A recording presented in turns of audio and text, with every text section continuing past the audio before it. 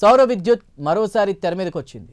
PM Kusum పథకం ద్వారా రైతుల వ్యవసాయ భూముల్లో సౌర విద్యుత్ కేంద్రాలు ఏర్పాటు చేయాలని కేంద్ర ప్రభుత్వం నిర్ణయించుకుంది. దీంతో వ్యవసాయానికి ఉచిత విద్యుత్ ఇవ్వడానికి అయ్యేటువంటి ఖర్చు క్రమేణా తగ్గుతుందని తాజా అధ్యయనం వెల్లడించింది. ప్రత్యామ్నాయ ఇంధన వనరుల్లో సౌర విద్యుత్ కీలకమైన సంగతి తెలిసిందే.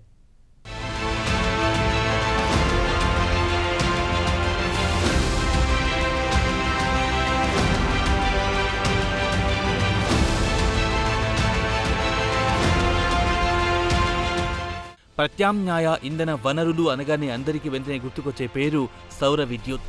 సూర్య కిరణాల నుంచి విద్యుత్ను తయారు చేసుకోవడమే సౌర విద్యుత్. ఇల్లు లేదా పరిశ్రమల పైకప్పులకు పలకలు ఏర్పాటు చేసుకుంటే సునాయాసంగా విద్యుత్ తయారు చేసుకోవచ్చు. బొగ్గు ఆధారిత విద్యుత్తో పోలిస్తే సౌర విద్యుత్ తయారీ చౌక అంటున్నారు నిపుణులు. కాగా సౌర విద్యుత్ మరోసారి తెరమీదికొచ్చింది. పీఎం కుసుమ్ పథకం ద్వారా రైతుల వ్యవసాయ భూముల్లో సౌర విద్యుత్ కేంద్రాలు ఏర్పాటు చేయాలని కేంద్ర ప్రభుత్వం నిర్ణయించుకుంది. దీంతో వ్యవసాయ ఉచిత విద్యుత్ ఇవ్వడానికయ్యే ఖర్చు క్రమేణీ తగ్గుతుందని తాజా అధ్యయనం వెల్లడించింది.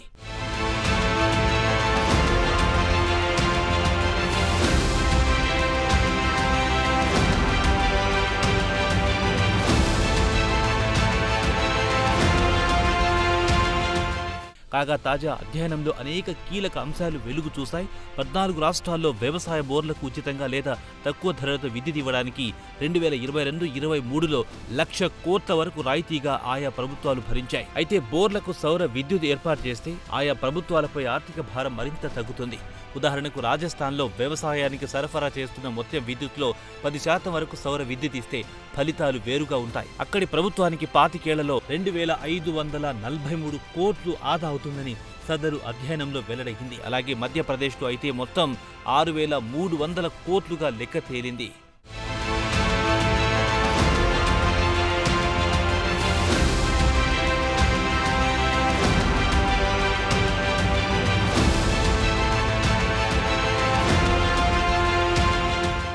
అలాగే మధ్యప్రదేశ్లో అయితే మొత్తం 6,305 కోట్లుగా లెక్క తేలింది. అంతేకాదు వ్యవసాయానికి సౌర విద్యుత్ ఇవ్వడం వల్ల అనేక విధాలుగా ప్రయోజనం ఉందని మహారాష్ట్ర డిస్కంలు పేర్కొన్నాయి.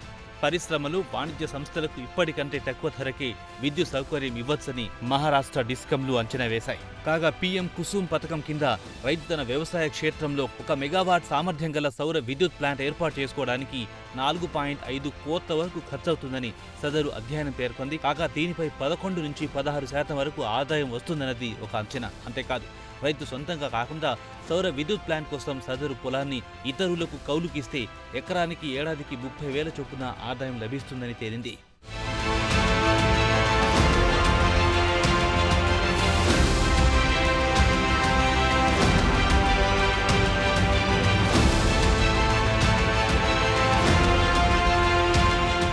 కాగా కేంద్రంలో ప్రధాని నరేంద్ర మోదీ నాయకత్వంలో ఎన్డీఏ ప్రభుత్వం ఏర్పాటైన తర్వాత సౌర విద్యుత్పై ప్రత్యేక దృష్టి పెట్టింది.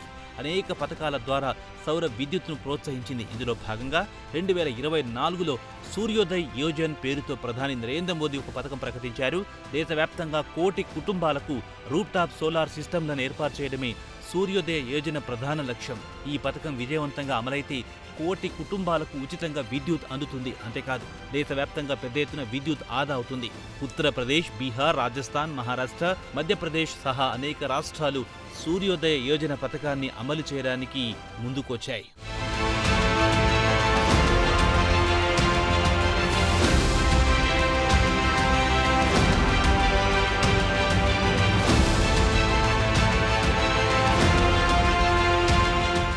అంతేకాదు సదరు పథకాన్ని అమలు చేయడంలో భాగంగా అనేక రాష్ట్ర ప్రభుత్వాలు రాయితీలు కూడా ఇవ్వడానికి ముందుకొచ్చాయి. బొగ్గు కొరత నేపథ్యంలో ప్రత్యామ్నాయ ఇంధన వనరుల అంశం కొంతకాలంగా తెరమీదికి వస్తోంది. సహజంగా ఏ దేశ ప్రగతి అయినా విద్యుత్పై ఆధారపడి ఉంటుంది. మన దేశంలో ఉత్పత్తి అయ్యే సాంప్రదాయ విద్యుత్లో 53% వాటా బొగ్గు ఆధారిత విద్యుత్తే. అయితే విద్యుత్ తయారీకి ఎప్పుడూ బొగ్గు మీదే ఆధారపడడం మంచిది కాదని నిపుణులు చాలా కాలం నుంచి హెచ్చరిస్తున్నారు. ప్రత్యామ్నాయ ఇంధన వనరులపై ప్రత్యేక దృష్టి పెట్టారంటున్నారు. అయితే నిపుణుల హెచ్చరికలను చాలా కాలం పాటు ప్రభుత్వాలు పెడచెవిన పెట్టాయి. ఈ నేపథ్యంలో సౌర విద్యుత్కు పెద్దపీట వేస్తూ ప్రధాని నరేంద్ర మోదీ సర్కార్ అనేక కీలక నిర్ణయాలు తీసుకుంది.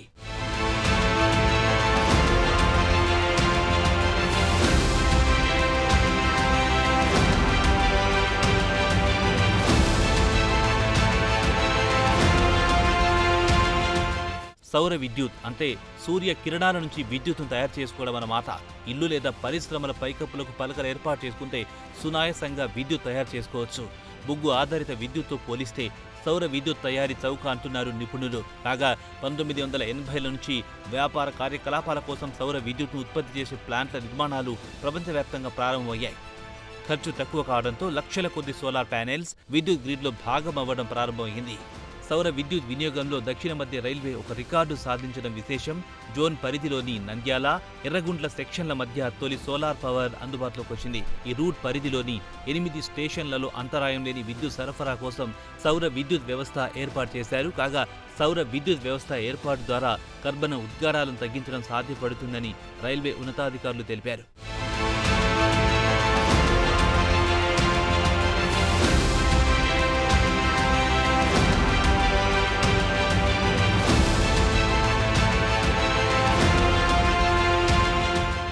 అలాగే కేరళలోని కొచ్చిన్ ఇంటర్నేషనల్ ఎయిర్పోర్టు ఒక రికార్డ్ క్రియేట్ చేసింది. ప్రపంచంలోని పూర్తి సోలార్ పవర్పై నడిచే విమానాశ్రయంగా కొచ్చిన్ పేరు నమోదు చేసుకుంది. విమానాశ్రయ విద్యుత్ అవసరాల కోసం ప్రత్యేకంగా ఒక హైడ్రో ఎలక్ట్రికల్ ప్లాంట్ను ఏర్పాటు చేశారు. ఏడాదికి 14 మిలియన్ల టన్నుల విద్యుత్ను ఉత్పత్తి చేసే సామర్థ్యం ఈ ప్లాంట్కు ఉంటుంది. ఈ నేపథ్యంలో బొగ్గుకు ప్రత్యామ్నాయంగా నిపుణులు చెబుతున్న సోలార్ పవర్ సెక్టార్ను ప్రోత్సహించడానికి ప్రభుత్వాలు మరిన్ని చర్యలు తీసుకోవాలని నిపుణులు అంటున్నారు. ప్యానెల్స్తో పాటు ఇతర మెటీరియల్ కొనుగోలుకిచ్చే సబ్సిడీని పెంచాలంటున్నారు. అలాగే సోలార్ పవర్ వాడకాన్ని అన్ని రంగాల్లో ప్రోత్సహించడానికి పక్కా ప్రణాళికలు సిద్ధం చేయాలని కూడా నిపుణులు కోరారు. ఏదేమైనా సౌర విద్యుత్కు మరోసారి డిమాండ్ పెరిగింది.